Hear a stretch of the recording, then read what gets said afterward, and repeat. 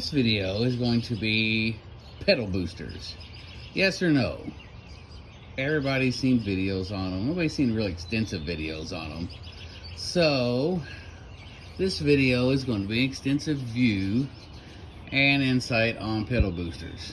I've had it for about 2 months, and I'll give you some insights on it and some negatives on it. Okay, have you ever wondered if these things actually work, pedal boosters? Everybody makes them. You can find them from less than $100 to $500. They pretty much all do the same thing. They interrupt the signal going from the fake gas pedal to the throttle body. What they do is they take out the delay time. That's how these companies get good gas mileage on a truck or anything. So this one has 9 drive modes, from eco mode to sport mode. Of course, I didn't feel like there was anything else to use but sport mode, because that's what you bought this for. So, does it work? Yes, it works. The throttle response is amazing how good it works. In fact, the first time I took off from a stoplight, I almost rear-ended somebody. That's how well it throttle response picks up. On the downside, I noticed, it used a lot more gas. I usually going to work, I get about 17 miles a gallon.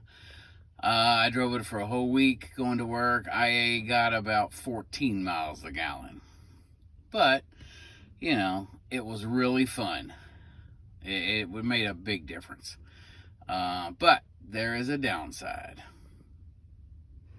Okay, so they're easy to install. Basically, this part here goes in between the throttle pedal, in and out. This connects to the controller, which goes to the control console, which you've seen.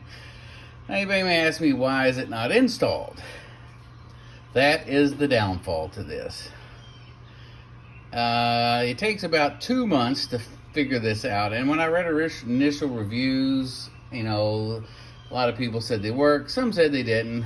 Like I said, this thing worked. It is phenomenal. It's fun. It will make you smile. It makes that much throttle response. The downside is as I dug further into reviews, I found the downfall to these things. And it may not be every truck that it does it to, but I found out, actually my wife found out as she drove it to the grocery store, and she got out of the neighborhood, and all of a sudden it went to idle and did not have any throttle response.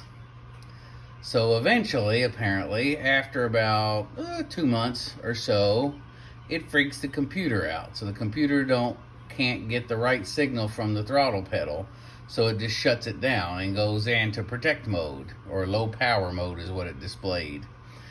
So looking further, I found several reviews on this, and it did take anybody, you know, it took a lot of people 4 to 6 weeks before it did that. So I removed it, reset the codes, hadn't any problem since. So I know it wasn't the throttle position sensor or the sensor on the throttle pedal itself. It is this thing.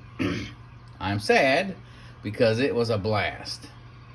But, you know, looking forward, I probably wouldn't put it back on, because you just can't, you know, you could be anywhere and all of a sudden you just don't have throttle.